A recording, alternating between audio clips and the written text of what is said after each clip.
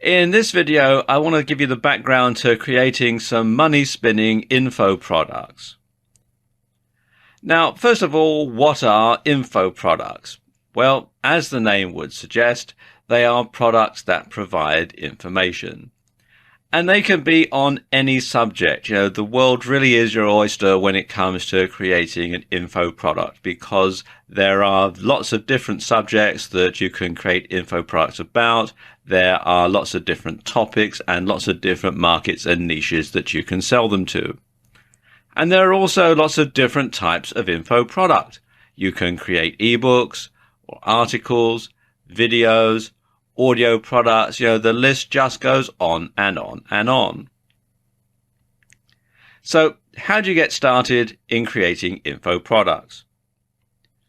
Well, I suppose really coming up with a topic or an idea for your info product is probably the hardest part. Because when you create your info product, it needs to be, first of all, interesting. And of course, it has to be something that people will be willing to pay money for. So you want to carry out some proper research first.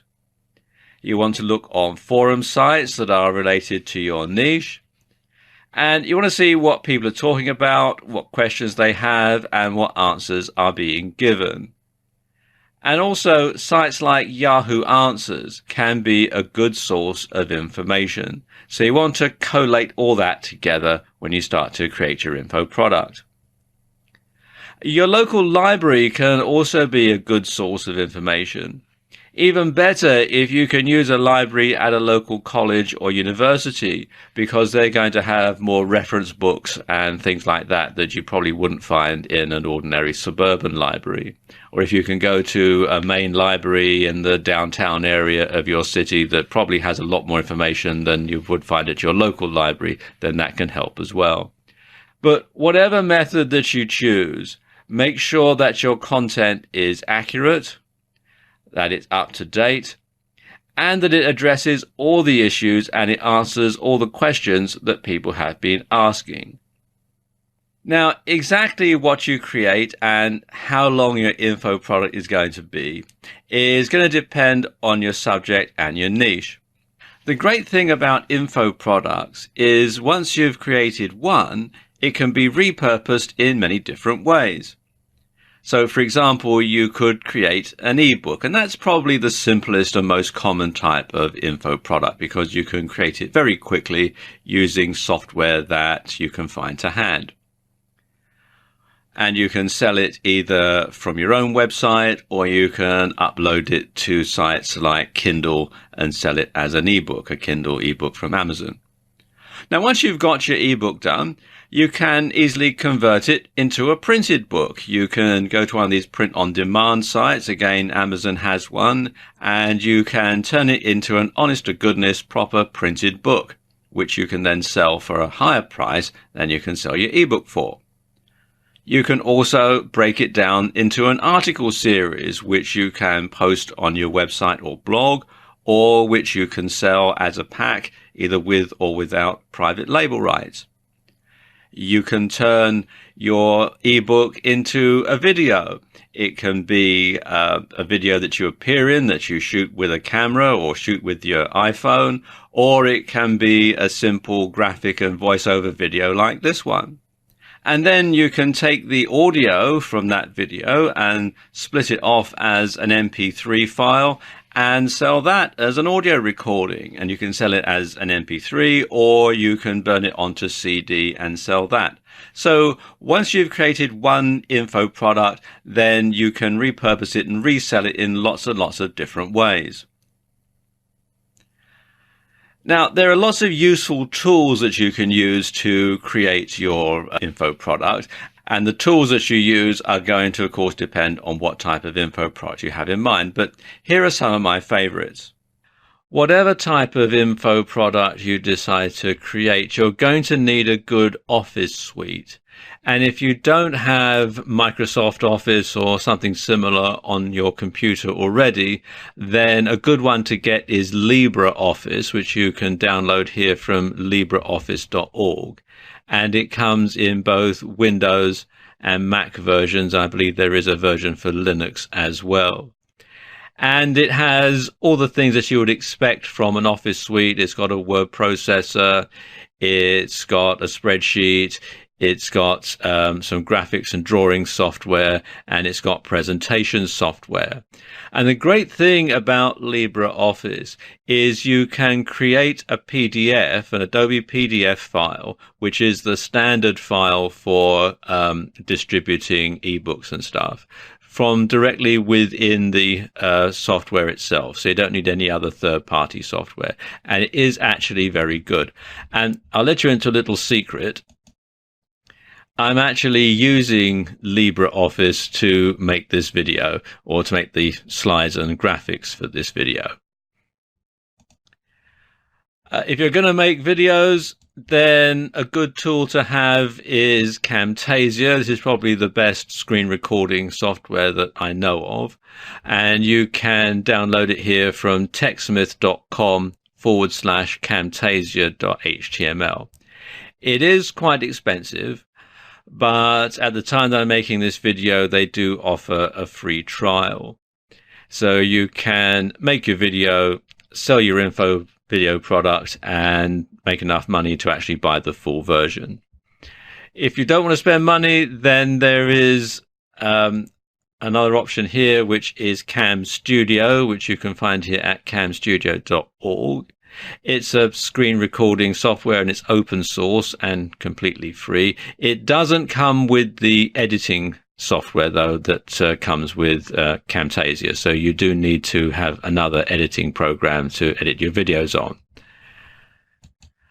Another good software to record the screen and put together presentations and graphics-based videos is Active Presenter. This also comes with an editing program, and you can find out more at atomisystems.com/Active Presenter /free-edition. There is a paid-for version that's got a few more bells and whistles, but quite frankly, the free version is perfectly adequate. Also, another good site to look for free software is this one here, freeserifsoftware.com. And they offer lots of different software packages that you can use to create info products. I would say probably the best ones to go for are this one here, which is Page Plus, which is a desktop publishing program. Draw Plus, which you can use to create graphics. Photo Plus, which is similar to Adobe Photoshop, and also Movie Plus, which is a very good full-featured editing program. Now let's look at some best practices when it comes to making and distributing info products. First and foremost, when it comes to selling your info product, you want to have a well-designed product page. Now, the sales letter format is best for selling info products, and you should list the benefits to the customer of buying your info product. You also want to make sure that the product itself delivers value for money. So it should contain information that the customer wants now and that they can find all in one place. They haven't got to spend a lot of time going to different websites or looking up different books or all sorts of other things. You can find the information right now in your info product. So when it comes to value for money, you should actually over deliver, because that will keep the customers happy. And of course, you should be sure to stand behind your product 100%. You should offer a money-back guarantee to all customers. Now, paradoxically, the longer you make the guarantee, the less likely you'll be asked for a refund. So there you go, just a short introduction to making info products. In this video, I want to give you a quick start guide to making money with affiliate products. I suppose the first question is, what are affiliate products? Well, affiliate products are products that you sell on behalf of someone else, and you get paid a commission for doing so. And these products can be either digital or physical. Now, the commission rates that you're going to get for selling these products can vary, but in some cases they can be as high as 100%. Like everything else, of course, there are some pros and cons to selling affiliate products. The pros are, well, first of all, there's no R&D or manufacturing costs. And the products are either proven, they've sold before, or the vendors have a good track record, generally on most sites. The delivery of the product is provided by the product vendor. Once you've made the sale, that's it. All you have to do is just do the marketing and then collect your commission at the end. Of course, there are downsides to it as well. First of all, there's no exclusivity. You can't be the only person selling this product. There's going to be lots of other affiliates selling exactly the same product all over the internet. And you can't compete on price because that is set by the product vendor. Of course, you meet all the marketing costs. So if the product turns out to be a flop, or if the marketer isn't very good, if his website isn't converting very well, then that can be money down the drain as far as you're concerned. And it's hard to build a list because in most cases, the customer signs up with the vendor, so you don't actually get access to their names and email addresses. So it's hard to build a list that you can then sell to either your own products or other affiliate products. And you don't have any control over how long the product is sold for. So you could have a product that's doing great, that's making you a lot of money, and all of a sudden, for reasons that they don't bother to explain to you, the vendor decides that they're going to stop selling it, and then boom, your whole platform of your business can be pulled out. So you do have that problem. You have no control over how long the product is sold for. So how do you get started selling affiliate products? Well, the first thing you have to do is pick your niche, or pick your niche, as some people pronounce it.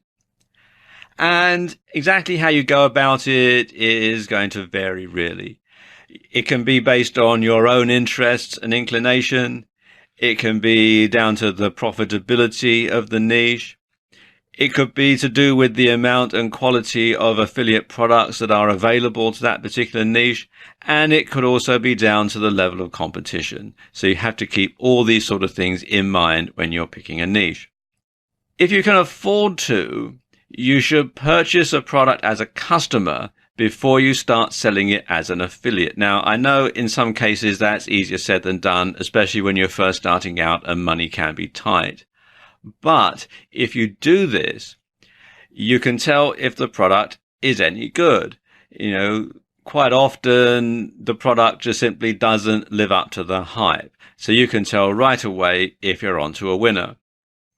And it gives you an idea of the level of customer service that the vendor provides, because after all, when you send a customer to an affiliate site, the experience that they get from that affiliate vendor is going to reflect back on you because you sent them there. And of course, when you've actually bought the product, you can give your customers a genuine recommendation. You can say, look, I bought it and it's great, and mean it, rather than simply just saying it. In some cases, you might be able to get a review copy of an affiliate product. Some people do this, especially if it's a brand new product and it's being launched right away, and especially if you've got a following, you've got a good mailing list and that sort of thing, then you can get a review copy so that you can actually see what the product is like. A lot of vendors don't like doing this because, unfortunately, some people do abuse this. They just simply want a free copy of whatever it is, and then they don't bother to review it. They don't bother to sell it, and it's just money down the drain as far as the vendor is concerned, particularly if it's a physical product. But it can't hurt to ask for a review copy. After all, the worst they can say is no. Now, there are lots of different sites on the internet that advertise affiliate products. Let's take a look at some of the best. First of all, there's JVZoo, which you can find here at jvzoo.com. And this is good if you're looking for digital products in the IM niche. They have a lot of very good products here. They link with your PayPal account, and you can actually get instant affiliate payments that way, which can really help your cash flow. Then there's ClickBank, which you can find here at clickbank.com. And ClickBank, again, offers mostly digital products, but also in lots of different niches, not just the IM or make money online niche. And what you can do is go to the affiliate marketplace here and scan some of the categories. Then there's CJ Affiliate by Conversant, which you'll find here at cj.com. This used to be called Commission Junction. And what this does is it coordinates affiliate programs for lots of different merchants. Some are bricks and mortar stores that have an online presence. Others are 100% online. And a lot of physical products get sold with affiliate commissions via CJ. And then finally, there's Amazon Associates, which you can find out more at affiliate-program.amazon.com. And this basically means that you can get commissions on practically everything that Amazon sell, both books and a lot of their online stuff, and also through merchants who sell via Amazon and who wish to participate in the program. And of course, you can always do a search in Google for your niche or your particular topic, followed by affiliate program, and then you'll get lots and lots of results that way. Now, here are some points to consider when you're selling affiliate products. First of all, is the market oversaturated? Because if it's a really crowded niche with lots of well-established players, then it might be better to consider another one. The second thing to consider is the market oversaturated with this product? Because if everyone and his dog are trying to sell this affiliate product and every potential customer has been informed about it at least once, then your chances of making a sale are slim. So you want to see where else this product is being sold online. Another thing to take into consideration is what's the likely profit per sale. Now, this is going to be based on a number of factors. Obviously, the purchase price is the largest consideration, as is the commission rate. But also you have to take into account your own marketing and advertising costs, because obviously they're going to come off of the commission rate. You also want to find out how helpful and supportive the vendor is. Do they provide tools to help you sell the product? And do they have positive feedback or a good reputation? Because if the person turns out to be a scam artist, then it can badly reflect on you if you've introduced a customer to them. And finally, is it easy to contact the vendor? So you have to take these things into consideration. Okay, let's take a look at some best practices when it comes to marketing affiliate products. First of all, take the time to do proper research. You should know your niche, you should know your market, you should know your customers so that you know exactly what type of affiliate product is going to be a good fit. And you want to build a list. You want to build a mailing list of subscribers. And you want to send them lots of useful information for free. Don't just flog your affiliate products to this list. You want to make sure that they get lots of useful information from you so that they look forward to receiving your emails, so that they open them, so that they read them, so they don't just simply go straight into the spam folder. A good way to do this is to build a blog and to update it regularly. Again, as above, lots of useful information. Don't just flog affiliate products in your blog either. And if your blog is a review site, then make sure that you provide genuine reviews.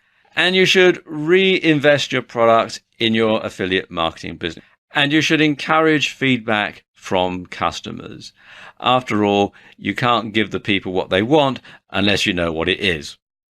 And finally, if it ain't broke, don't fix it. Stick with what works. So there you go. There's a quick start guide to affiliate products. In this video, I'm going to give you some pointers on selling software for fun and profit. Now, there's lots of different types of software that you can sell. You can sell software and apps for PCs, for Macs, for smartphones, or for tablets.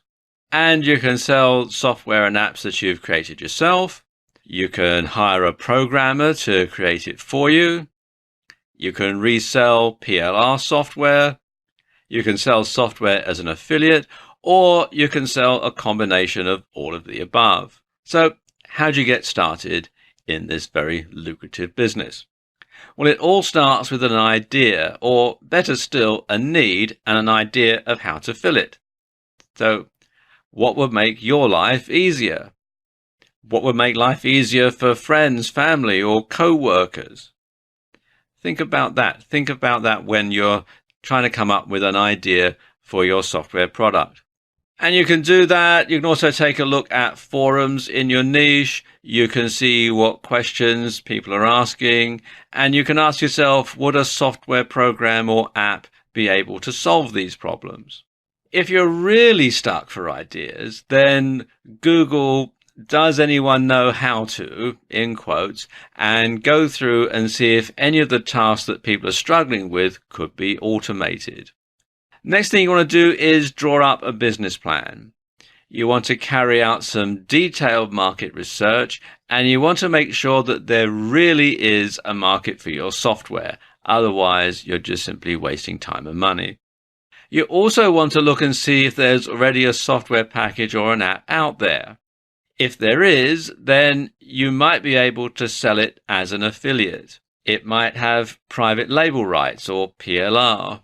Or you might be able to purchase it outright from the developer. And if you can do that, then you can resell it with your name on it, or you can modify it and then resell it. Now, if you're writing the software yourself, well, get on with it, because procrastination will kill your new software business before it even starts.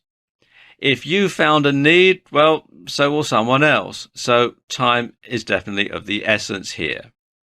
If you're not going to write the software yourself, then you should hire a programmer to write it for you. Okay, let's talk about how you go about distributing your software. And there are several ways you can do this. The simplest way is, of course, to sell it via your own website. But you might find it more convenient to actually sell it via a third-party cloud-based platform. And these tend to be more reliable, and some handle the payment processing too. If you're going to host your software on your own server and distribute via your own website, then a good setup to go for is WordPress with the WooCommerce plugin. You can download WordPress from wordpress.org. And if you have a hosting package that includes cPanel with either Fantastico or Softalicious, you'll probably find you can download it from within the control panel and set it up in just a few clicks. And it's all free. WooCommerce is probably the best shopping cart product out there. It does enable you to have digital products sold on your site. And there are free and paid for versions. The free version can be downloaded from within the WordPress dashboard itself, or you can come here to wordpress.org/plugins/WooCommerce.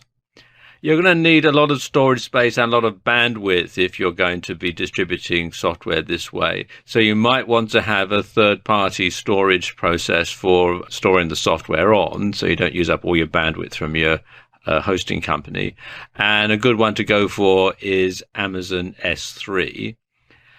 It's a long URL here, so if you just go to Google or other search engines and type in Amazon S3, you'll be taken to this website here, which explains all about it. If you want to go for a full cloud hosting for your software, a good platform to go for is this one, AppDirect, which you can find here at appdirect.com. You can also host your software on JVZoo, which you'll find here at jvzoo.com. And this also means that you have the option of generating affiliate sales for your software. And finally, you can now distribute software and apps from the Amazon website itself and sell them via Amazon. And you can, if I scroll down here a bit, you can see some of the things you can have, mobile apps, Android, Fire tablets, etc. And you can read more about it at developer.amazon.com/apps and services. Now let's discuss some best practices when it comes to selling software. You want to beta test your software to get rid of as many bugs as possible, because if you're selling buggy software, then you're going to get a lot of returns. When you do sell your software, you want to make sure you have screenshots of the software on your website so people can see what it's going to look like. Or better still, have a video demonstrating your software in action so people can see exactly what it does. You should also consider a freemium distribution model. Now, what this means is you give away a basic version of your software for free, and you charge to unlock all of the features. So people can get an idea as to what it looks like, they can get an idea as to how it works, they can get used to using it, and then when they want to get all of the features, then they pay you and you send them a code and it unlocks it all. Or alternatively, you could give away a free trial version. And these usually last for about 30 days. And after that, if the person who's got the free trial version wants to continue using it, then they have to pay you and you send them a code that unlocks it and it's all fully unrestricted. And of course, you should always stand behind your product 100% and offer a prompt and courteous refund if asked. So there you go. There's a short intro into selling software for fun and profit. In this video, I want to talk about membership sites. Now, membership sites are also known as subscription sites. And a membership site has content that's only available to members, obviously. And this can be either written content, videos, audios, or a combination of all. And some sites have different levels of membership where access to certain content is limited. So how do you get started creating a membership site? Well, first of all, you want to research your niche to make sure that there's a demand for a membership site. Now, if you're already selling info products to a niche and you have a mailing list, then you stand a better chance of successfully launching a membership site because you know that there already is an audience for it. You can host a membership site online, or you can have a subscription mailing list where you send out information to members in return for a monthly fee. When it comes to having a platform for your membership site, there are two that I recommend. Both of them have free and paid for components. And the first one is WordPress using the Amember plugin. WordPress you can install here from wordpress.org, or if you've got a hosting plan that includes cPanel and either Fantastico or Softalicious, you should be able to install WordPress from within your control panel. Then you want to get the Amember plugin, which you can read about here at amember.com. There is a free version which you can install from within the WordPress dashboard, but it's worthwhile getting the paid for version because it does come with a lot more features. Unfortunately, by the time you watch this video, I suspect their Christmas sale will be over, but it is actually quite reasonably priced anyway. The other combination I recommend is Joomla, which you can read about here from joomla.org. And again, you may be able to install this from within your control panel. Joomla is similar sort of thing to WordPress. It's a content management system and it's open source. And again, it is free. It's a bit more complicated and clunky than WordPress though. And if you decide to use Joomla, then you also want to use this plugin, which is Account Expiration Control, otherwise known as AEC. And you can get this from within the Joomla extensions directory. It used to be free, but sadly you have to pay for it now. But it is a very good full-featured membership site plugin.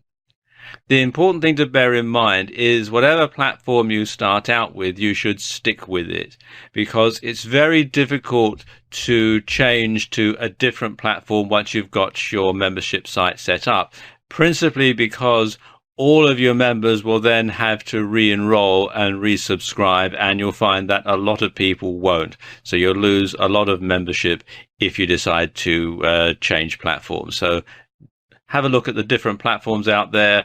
There are others in addition to these two combinations, although these are probably the most popular two. And whatever you decide to do, stick with it, because it's very difficult to change afterwards. So how do you go about getting content for your membership site? Well, there are several different ways. First of all, and probably the most common way, is you can create it yourself. Or you can outsource it. You can get someone who's an expert on the subject to create it for you. Another good way of getting content for your membership site is PLR content. However, a word of caution here: if you are going to use PLR content, you should rework it or repurpose it to make it unique. You don't want to have something that somebody can find for free elsewhere on the internet. You obviously want to make sure that they can only get access to this content on your membership site in return for becoming a member. Now, retaining members can be a problem when you have a membership site, because you find that some people will sign up and they'll have a look around your site, and then after they've seen everything that's on there, they'll simply stop their subscription and leave. So a good way to retain members is to give new members a tour of the site and show them around, because they might not be aware of all the features of the site. They might go to your site for a specific purpose, just look at that, and then not bother to look at the other content. So you want to show them around to keep them interested. You could also offer a free gift or a welcome pack, so that people feel obligated to keep their membership going. You should also upload new content to your membership site regularly, at least every month, because then it gives people a reason to come back to your website over and over again. Something else that you should do is have a forum on your membership site. And quite frankly, I think every membership site should have a forum, because this gives members a reason to come back to your site more often. Another good way to retain members is to make it a reference or an authority site. And another way that you can do it is to have different payment plans. And you can have a discounted rate for a longer subscription periods, and that will help you to retain members for longer. All right, let's look at some best practices when it comes to having a membership site. First of all, you want to make sure that you only provide quality content, and it must scream value for money. It must be something that people are not going to be able to get for free somewhere else. Having different levels of membership can be good as well. Some membership sites operate this sort of system where you have free basic membership, where you get access to information that isn't perhaps the most up to date, but it gives them an idea as to what's on the site. And then you have gold, silver, and bronze levels, with each one having a different amount of access to different parts of the site. So you have an incentive for people to sign up to the most expensive part of the site because they get access to more stuff, obviously. But if you do that, you want to make sure that the more expensive levels offer something that members can't get anywhere else. That's very important. Now, bear in mind, it takes time to make a membership site successful. You'll find that the membership will grow slowly over time. And of course, a lot of people unsubscribe. And so it does take some time. It's not something that's going to be an overnight success. But once you have built it up, then you're going to have a recurring income coming in month after month after month. So there you go. Here's some tips on starting your own membership site. In this video, I'm going to give you some pointers to starting your own eBay business. eBay is an online auction site, and items can be sold via auction bids or using their fixed price buy it now feature. You can sell products but not services, and the products must be physical. So you can't sell an ebook or anything like that. And this is not a good place to sell info products. Now, the great thing about running an eBay business is that you can run it from anywhere. Contrary to popular belief, you don't have to have a warehouse full of stuff, although it's more profitable if you have. If you have a bricks and mortar store, you can operate an eBay store alongside it and reach a far wider audience than you could do with relying just on people who pass your door. In fact, I know a guy who closed his bricks and mortar store completely to concentrate on his eBay business. When I asked him why, he said, "I'm making more money that way. I only have to spend a few hours each day dealing with orders, passing them up and getting them in the mail, and I've got the rest of the day free. The overheads are lower too. I don't have to pay rent and taxes on my shop. I've converted a spare room into an office cum warehouse, so it really costs me nothing." And I've found that there are lots of other people who've had high street stores who've actually decided to go this way as well. And it really is a retail model for the future. Okay, let's take a look at the eBay site itself. And this is eBay. This is the main eBay site, which you can find here at ebay.com. This is the US version. They do have other versions of the site for other countries like the UK and Australia and France and some other countries as well. And you can see all the different categories that they have here, all the different things that you can sell on this site. How do you start an eBay business? Well, the first thing is you have to decide on your market. Do you already have a niche that you market to, or are you just looking to make the most money as quickly as possible? eBay do have a couple of pages on their site with information that can assist you in deciding what to sell. The first one is items in demand, and you can find this at pages.ebay.com/seller information/selling-items-in-demand.html. And you can see they sort of give you a lot of information here, sort of thing that's being sold, the sort of prices that they're charging. This is for the US based site, but if you're selling on a local version of eBay, then you can simply use this as a guide. Also, they have this one, what to sell online with eBay, which you can find here at pages.ebay.com/seller information/what-to-sell-online/index with a capital I.html. And again, lots of information about what's hot and things that you can sell on eBay. And it can give you a good idea as to what's likely to generate you the best profit. So how do you go about getting started? Well, the first thing to do is to sign up for an eBay account. The process is very straightforward and it's free to sign up. You can sign up on the main ebay.com website or on your local site if you're outside the United States. So come here to register, click on the link, and then come here to register, and then you fill out your email, password, first and last name. They want a mobile phone number if you're registering in the US, and then you have to agree to their terms and conditions. You can also, if you prefer, if you're going to be selling on the site, register for a business account. Click here on this link, and then you enter your business name here, country, address, phone number, and so on, all this information here. And it is actually very straightforward, and signing up is all free. How do you go about finding stuff to sell in your eBay store? Well, of course, a good source is your own products. Now, this can be software that you've developed or you have the rights to, and you need to distribute this physically, so it can be on a DVD or on a memory stick. Videos are good sellers on eBay. Again, you'd need to distribute them physically, so you'd need to burn them onto a DVD or a Blu-ray disc. And of course, crafts always sell very well on eBay. You can also buy in products to sell, and this is probably the most popular way to make money on eBay.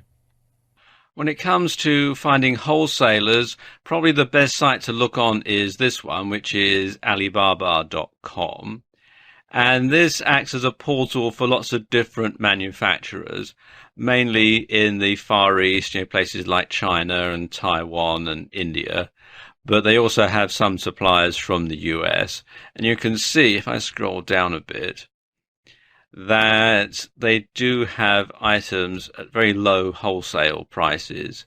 But you often do have to order them in bulk. For example, these fishing lures, they're $2.59 a piece. These are all US dollars. But you've got to order a minimum of 20 pieces. But they are very good value, and they are probably the most widely used site for this sort of thing on the internet. And then there are wholesale pallet sales, and these are a great way to buy stock for your eBay business. What you do is you buy a pallet of mixed goods, and these can be all sorts of stuff. They can be novelties, electrical goods, phones, clothing, the list just goes on and on and on. Now, some of these items that you buy on pallets are catalog returns. They're stuff that's been sold in catalog stores. They've been sent back. They've been reconditioned, and then they're being sold on. Others are bankrupt stock from companies that have gone out of business. There's also second quality items, things that are not really good enough to be sold in a high street shop for a high price, but that doesn't mean to say there's anything really wrong with them, and you can sell them in your eBay store. And there's reconditioned stock as well, as I was just saying, stuff that has been repaired and then is being sold on as reconditioned. You buy it by the pallet, and you do take a certain amount of pot luck. You don't know exactly what you're going to get, but quite often you'll find that there's enough good stuff on there to offset the loss that you're going to make from any bad stuff that might be on there. If you do a search in Google for wholesale pallet sales, you'll find a lot of different sites listed. Let me show you some of the good ones here. The first one is Premier Wholesaler, which you can find here at premierwholesaler.com. They're a US-based site, but they'll ship worldwide. Then there's Wholesale Clearance, which is a UK-based site, and you can find them at wholesaleclearance.co.uk. And you can come here to pallet-offers.htm to explain about their pallet sales.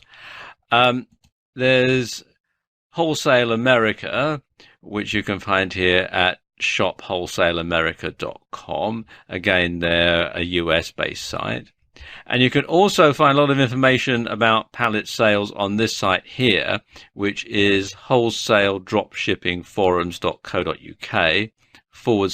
/buying-wholesale-pallets, which explains the process in some detail. So what are some best practices when it comes to running your eBay shop? Well, eBay have quite a number of them on their website, and here are a few. First of all, they say you should clearly describe the item. You want to specify the item's condition, you should describe any flaws, and you should include lots of pictures. You should clearly specify your terms and conditions.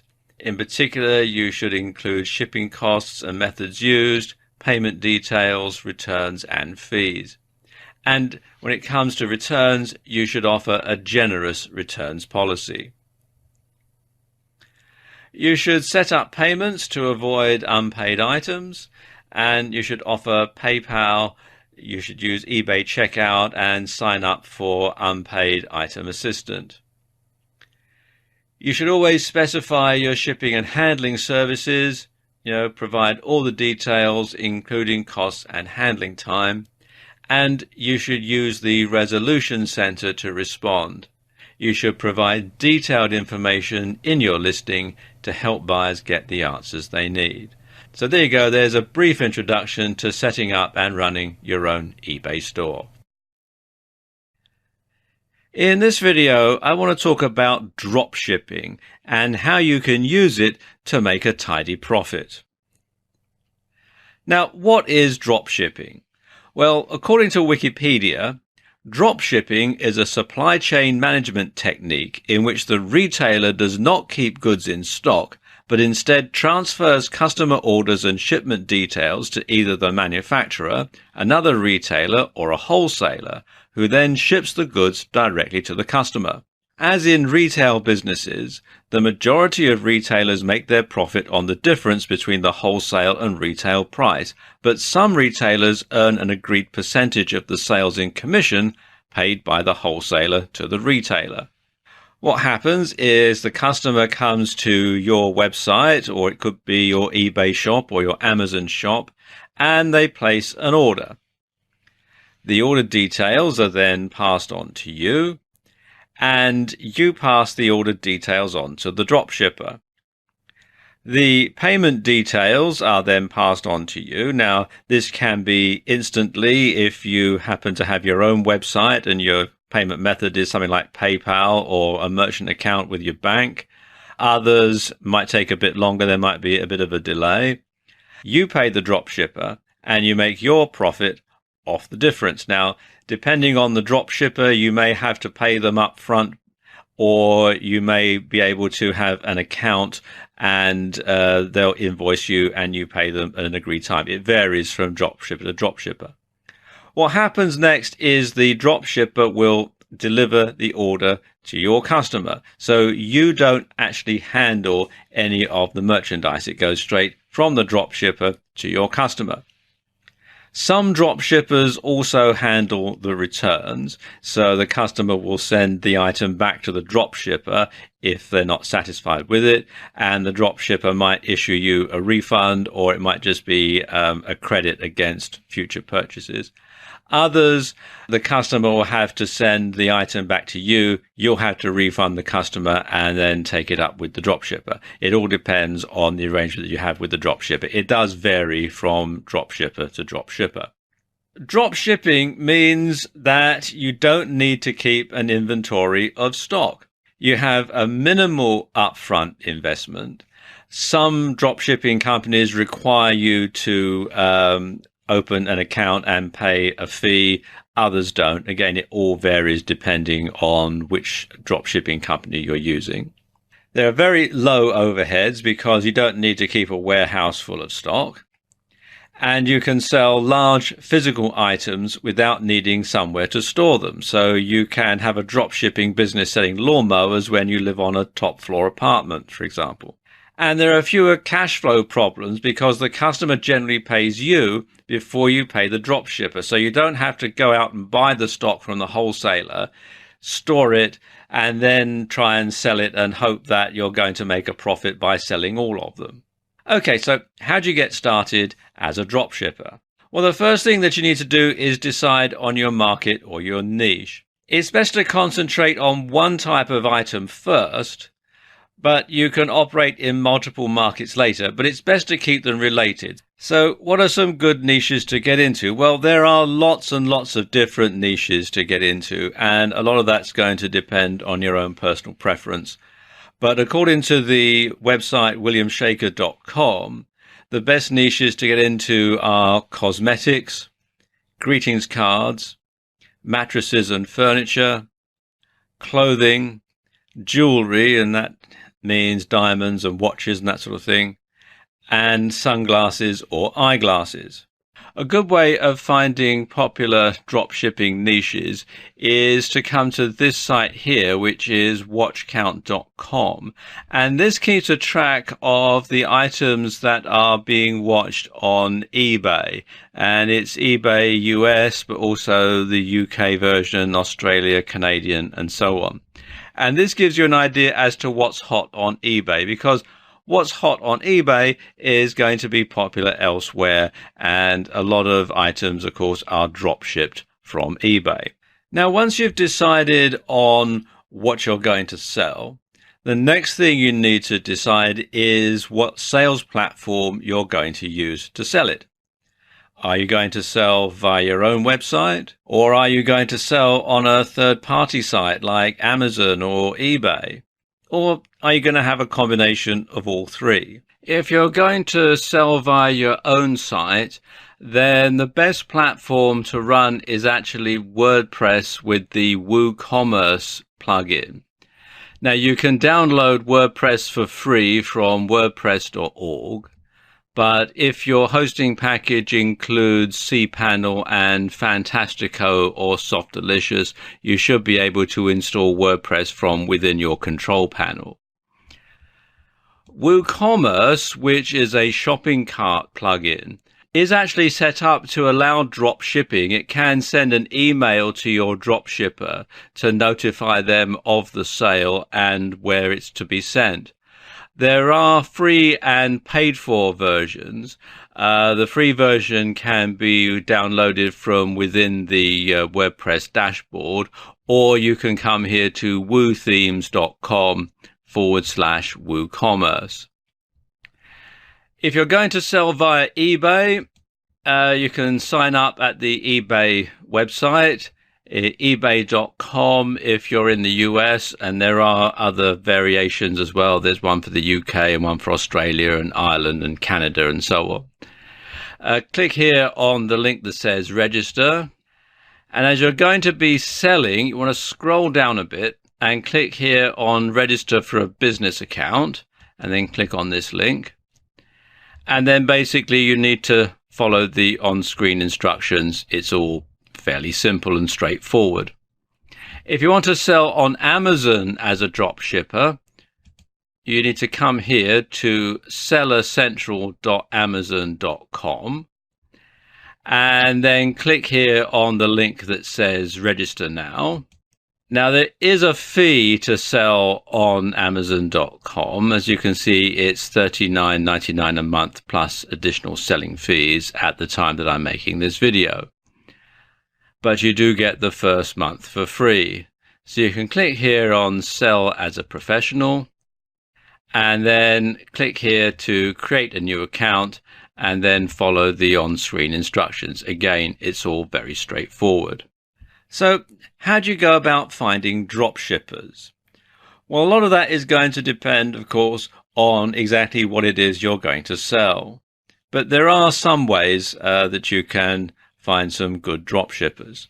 The first one is the wholesaler.co.uk, which you can find here at thewholesaler.co.uk/suppliers/drop shippers. And you can see it's got a lot of information on this site. A US-based site here is dropshippers.com. Again, lots of information here.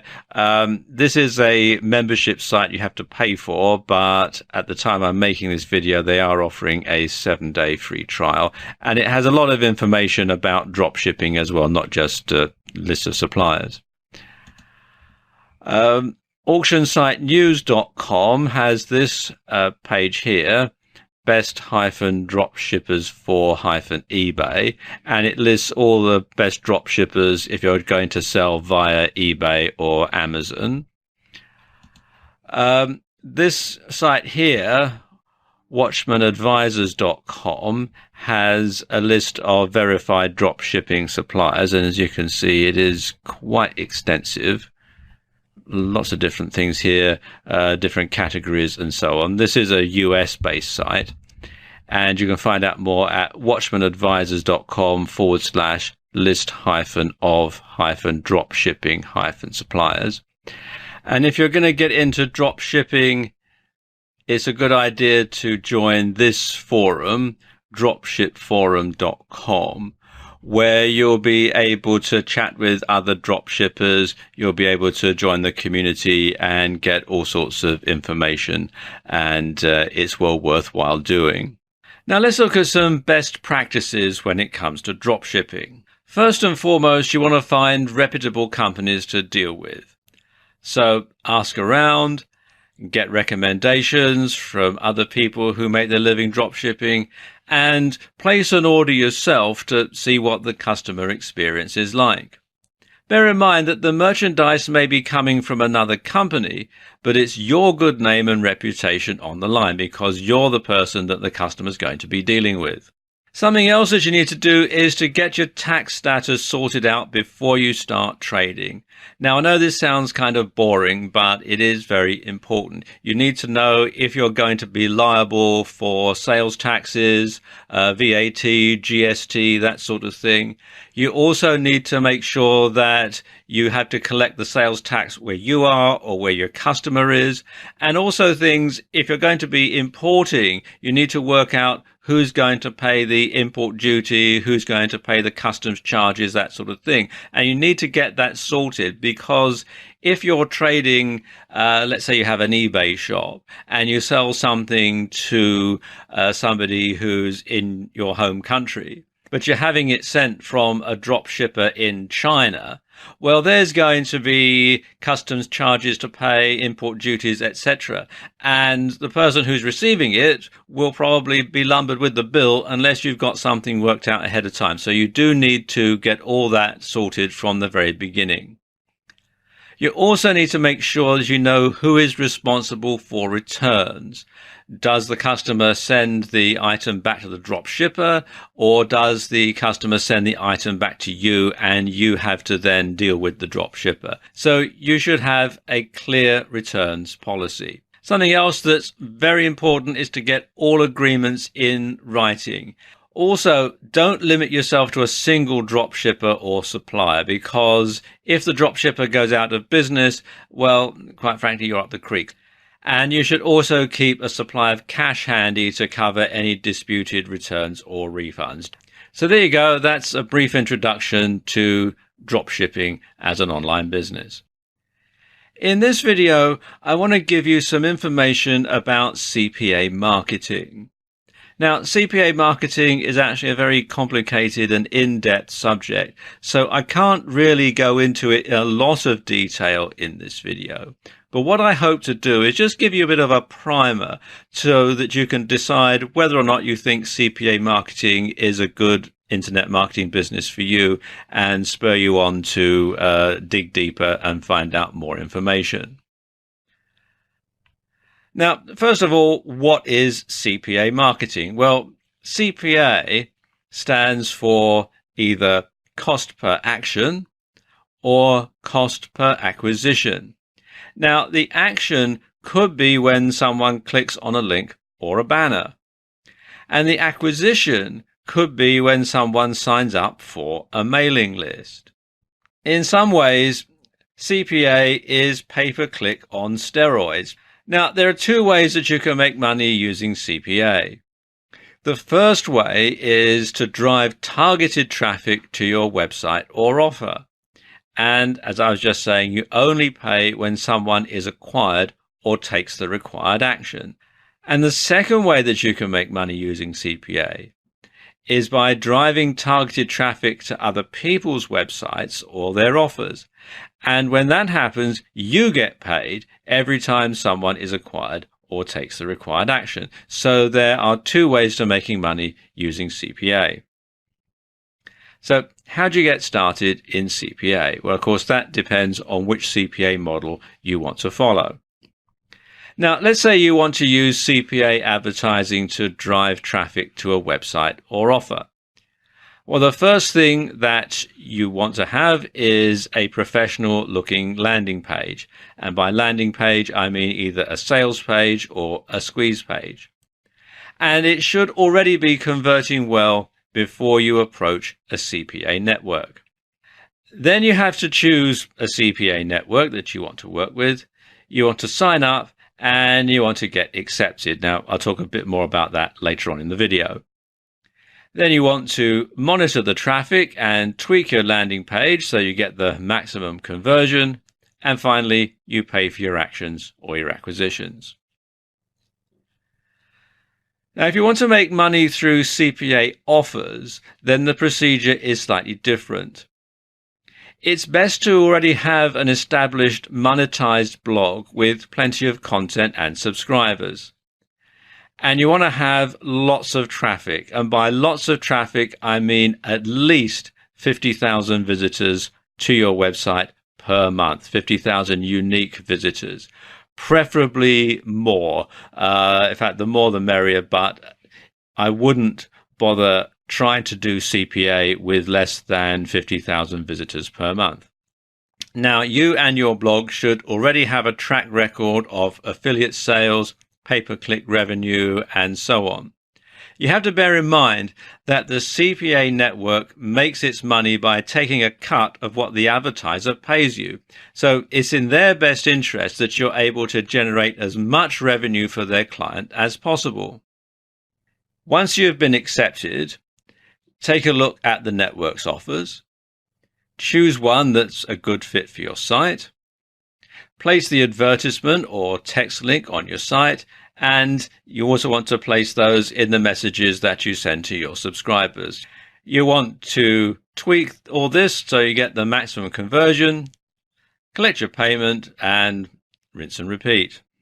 Now let's talk about how you go about signing up to a CPA network, because this is not as straightforward as it may seem. It's not like signing up for affiliate networks. The process is a lot more complicated.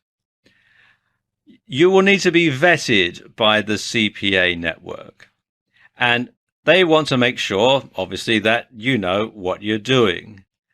And they also need to make sure that you're not a scammer. So marketers with an established track record are preferred by these CPA companies. They want to make sure that you're getting traffic, that your website converts, that you're getting affiliate sales, that you're getting pay-per-click click-throughs and that sort of thing. And for that reason, most newbies get rejected by CPA networks. So it's not something that you want to go into if you are just starting out in internet marketing. Now, when you apply to the CPA network, you want to do your homework beforehand. You need to make sure that you look professional. So you want to have a professional landing page if you're an advertiser, and you want to have an established blog with unique content if you're a publisher. And you need to make sure that you sound professional too. You see, many CPA networks will want to interview you over the phone. They'll want to call you up and they'll want to give you an interview, almost like they're interviewing you for a job, quite frankly. So you should make sure that you have all of the relevant information to hand so you can tell them all the statistics that they're going to ask for. And it's a good idea to practice with a friend so that you sound confident and you sound professional and you sound like you know what you're doing. Okay, let's take a look at some popular CPA networks. Okay, the first one is Max Bounty, which you can find here at maxbounty.com. Then there's Ascend Media, which you can find here at ascendmedia.com. Then there's AdGate, which you can find here at adgatemedia.com. And there's CPA Lead, which is cpalead.com. And ProLeads Media, which is proleadsmedia.com. Then there's Google AdSense. Now, Google AdSense isn't a CPA network in the strict sense of the word. It is a pay-per-click network. But it's easier to sign up with Google AdSense than it is with some of the CPA networks. And the experience that you can get from monetizing your site with Google AdSense and the results that you get will hold you in good stead when it comes to signing up with a CPA network. Now let's take a look at some best practices when it comes to CPA marketing. Now, as an advertiser, you want to make your ad and your landing page copy compelling. So hire a copywriter to do the job properly if you're not confident about doing it yourself. As a publisher, You want to make sure that you have relevant copy on your blog. Don't just have a page full of ads, because that's not going to get you very many conversions. You also want to place the ads or the text links where they're likely to get noticed. Within the copy, in between the paragraphs, that tends to be the best sort of places to put CPA ads and CPA text links.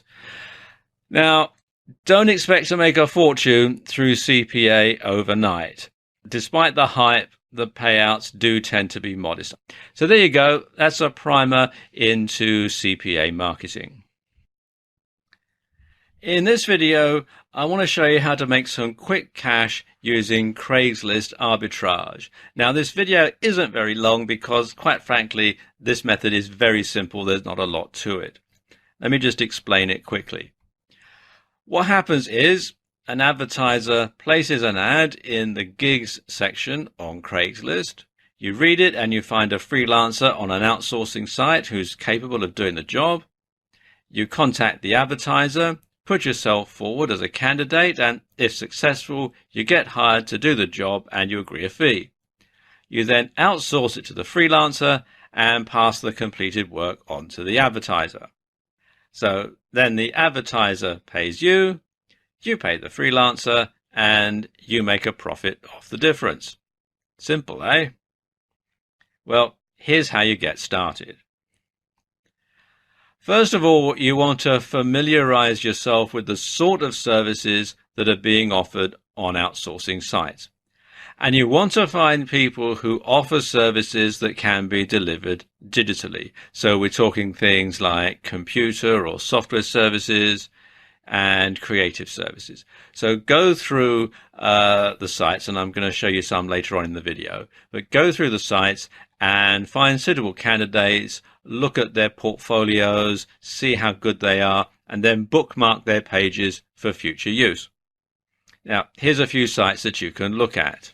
The first one is Fiverr, which is Fiverr with 2Rs.com. And this is probably the best site to look at when you're trying to match people who are posting gigs on Craigslist with people who can actually do the job, because everybody on this site only charges $5 for whatever it is that they're doing. So you can see lots of different things here: graphics and design, online marketing, writing and translation, video and animation, etc. Now, sometimes they charge multiples of $5, but it's still very cheap, and the turnaround for people who advertise on Fiverr is generally quite quick as well. For things that are more involved, you might consider coming here to Upwork, which is Upwork.com. This is perhaps for bigger jobs, jobs that are going to take longer time to do. Also, Freelancer, which is Freelancer.com. And again, take a look at the people who are advertising here, make a note of their rates, the sort of charges that they've done on previous jobs, and bear that in mind for when you actually go to Craigslist to actually start looking for gigs.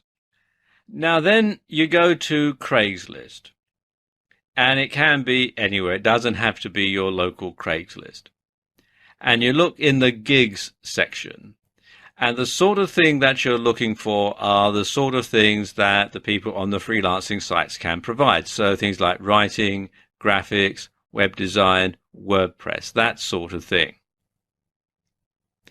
Now, these fill up quickly, so only look at the gigs that have been posted on the day that you're looking or the previous day. If it's the day after that, then chances are that the person who's posting the gig has already found someone to do the job. Let me just show you what I mean. For demonstration purposes, I've come here to the New York City Craigslist, but quite frankly, you can go to any Craigslist anywhere to do this. You don't actually have to be in New York City or wherever the Craigslist is based. And we scroll down to where it says gigs, and I'm going to look here on the creative gigs. Let's just click there, and you can see some of the things that they're doing. Some, for example, extras needed tomorrow in Union Square. Well, that's probably not going to be a good one to go for, but some of these ones, like, let's pick one here. Let's see.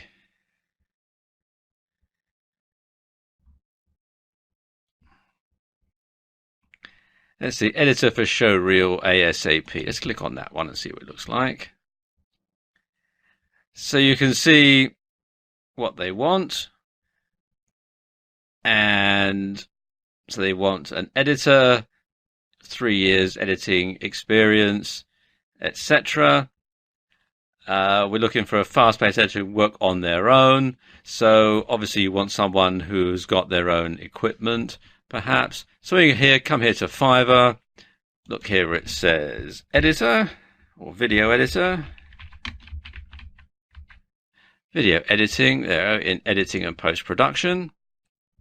And there we go. You can see all these different people here. For example, this guy says, I do video editing professionally within 24 hours for $5. And then you could follow through, find out all these different people, find out their availability, apply for this gig, get their feedback, get hired, then go to Fiverr, hire someone from here, mark it up, and you make your profit off the middle. See, very, very simple.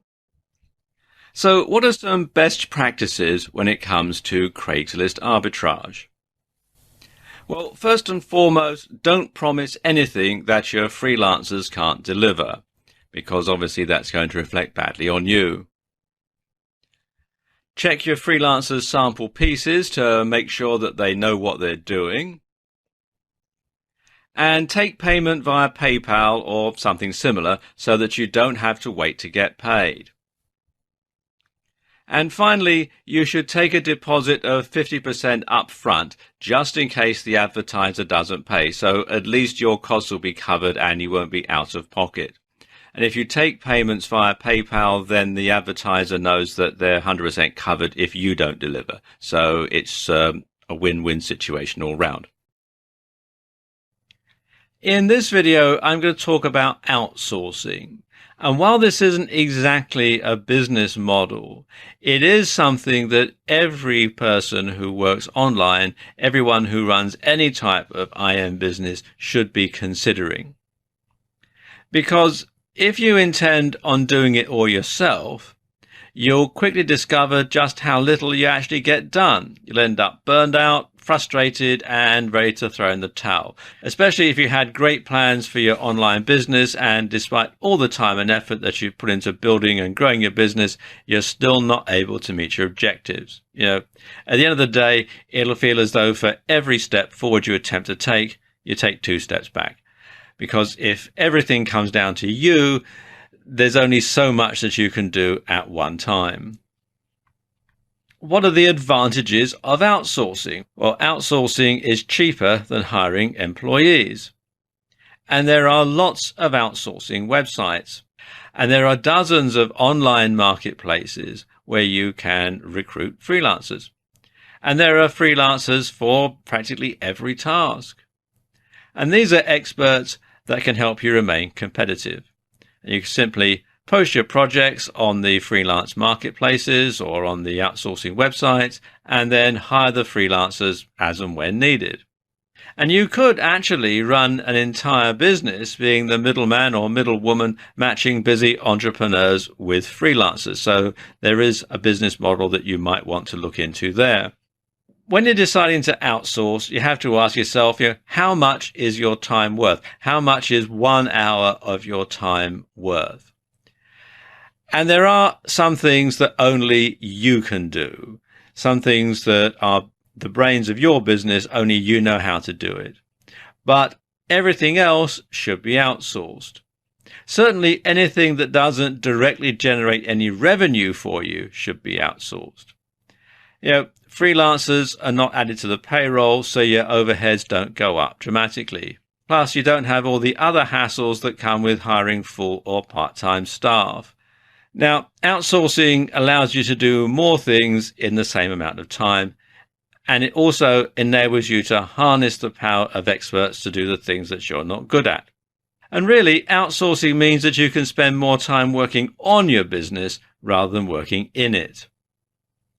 So, If you need a coder, well, you can hire a coder on a per project basis. And if you're looking to hire a virtual assistant, well, you can hire one on a weekly or a monthly basis. Now, there are lots of places online where you can hire freelancers, but here are some of the best sites.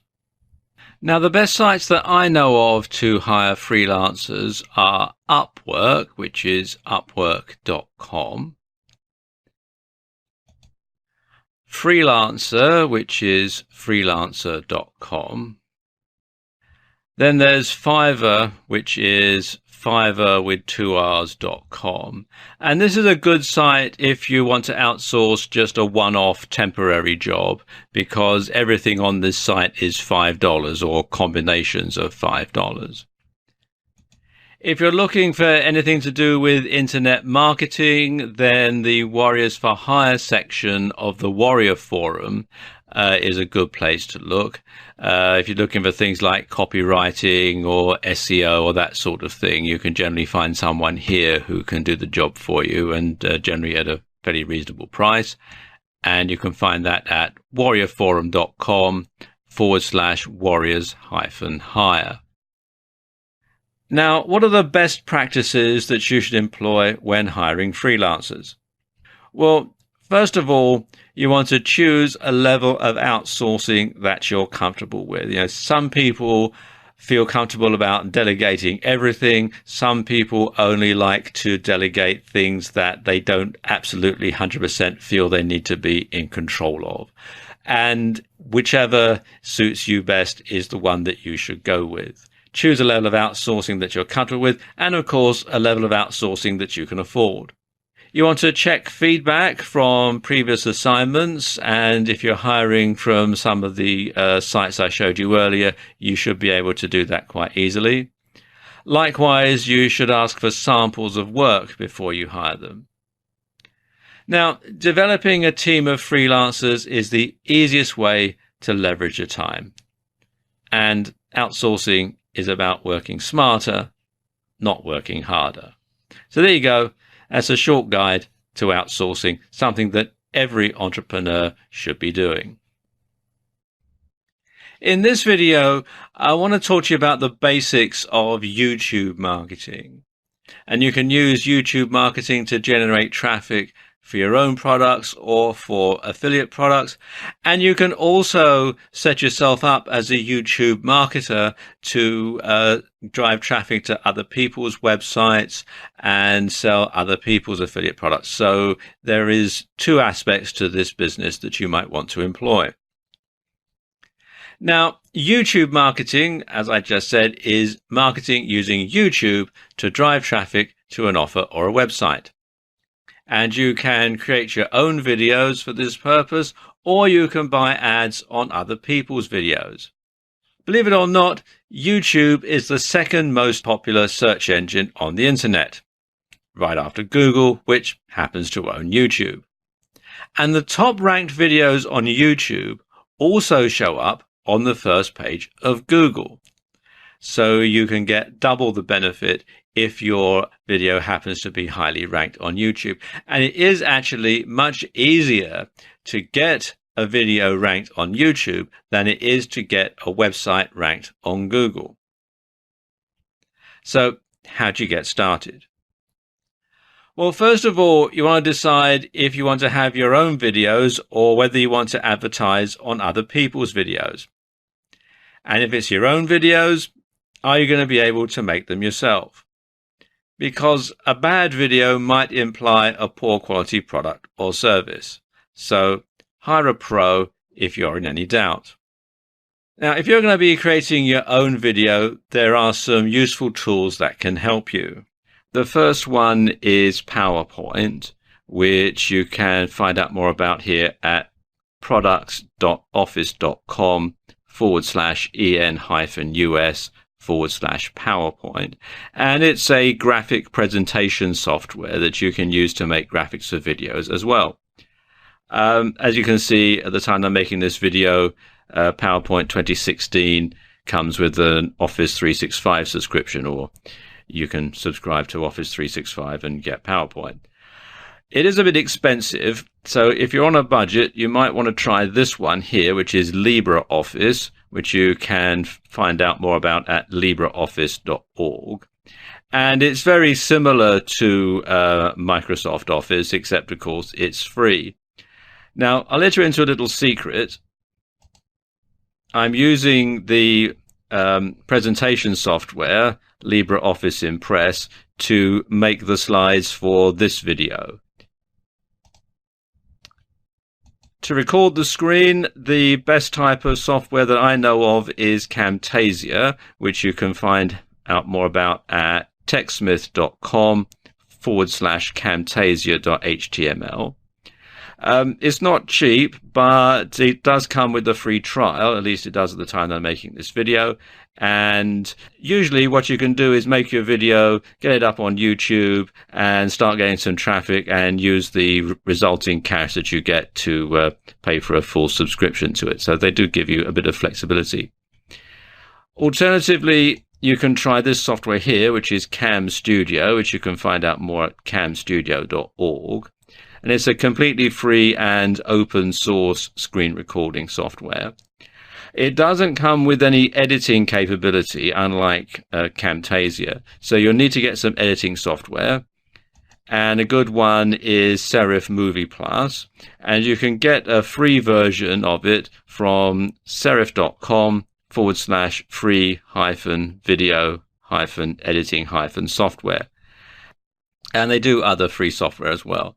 You can use this to edit stuff that you've screen captured, and you can also use it to edit videos that you've shot with a camera or camcorder.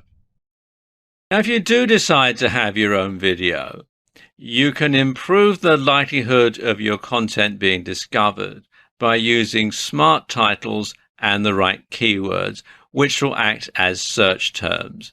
Because again, a lot of people use YouTube as a search engine. Now, when you find a YouTube user whose content you enjoy, you can subscribe to their channel and see their newest videos on the homepage whenever you visit the site. And this will give you a good idea as to the sort of videos that other people are creating, the sort of videos that the top people in your niche are creating, so you'll know what the competition is. And YouTube also allows users to create profiles, and it allows for direct messaging as well as commenting on videos. So you can communicate with people who have videos on YouTube directly, which can come in very useful. Active discussion on a video is a great way to increase engagement and to heighten visibility, because the more people that view your video, the more people that comment on your video, YouTube interprets that as being a very popular video, and therefore it rises it up the search rankings. Now, probably the best free tool that I know of for choosing keywords is the Google AdWords Keyword Planner. And to access it, you need to sign up for Google AdWords, which if you have a Google account, you'll automatically be signed up for. And then come to adwords.google.com, click on campaigns, and then simply follow the on-screen instructions. Now, the whole thing is actually set up to integrate with your AdWords campaign. And that can come in handy if you're going to advertise on other people's videos. I'll talk about that a bit later on in this video. Now, once you've got your video made and you've got your keywords and you've got your script and everything's all ready to go, then you need to upload it to YouTube. So come to youtube.com and sign in. And it's actually very simple to do. You just click here where it says upload. Click on this button here. And then you select the files to upload from your computer, and then simply follow the on-screen instructions. It is actually a very straightforward process. Google make it very simple for you. Advertising on other people's videos is handled by Google's AdWords advertising program. And this is pay-per-click, so there are some costs involved and some restrictions on what you're allowed to advertise and the type of site that you can send traffic to. So, for example, you can't send traffic to a squeeze page from an AdWords ad. Now, the advantage of doing things this way is that you can get instant traffic to your site, because if you're advertising on a highly ranked video, on a popular video, then lots of people are going to see your ad. Now, a good YouTube marketing strategy is to start with paid ads as part of a wider AdWords campaign. In the meantime, you want to start making your own videos and getting them ranked. Now, let's talk about some best practices when it comes to YouTube marketing. First and foremost, when you're advertising on other people's videos, you want to spend some time watching videos that rank for the keywords that you're going to be using. And you want to make sure that they're a good fit for your product, your affiliate product, or your service. You also want to bear in mind that these videos are going to be your competitors if you decide to make your own videos. So you do have to bear in mind exactly what the competition is doing. Now, when you're making your own videos, first and foremost, again, you want to make sure that the video is relevant to your offer. You want to make sure that people who are going to watch the video are the sort of people who are going to be interested in your offer. Now, don't make it too salesy. Entertainment videos rank much better.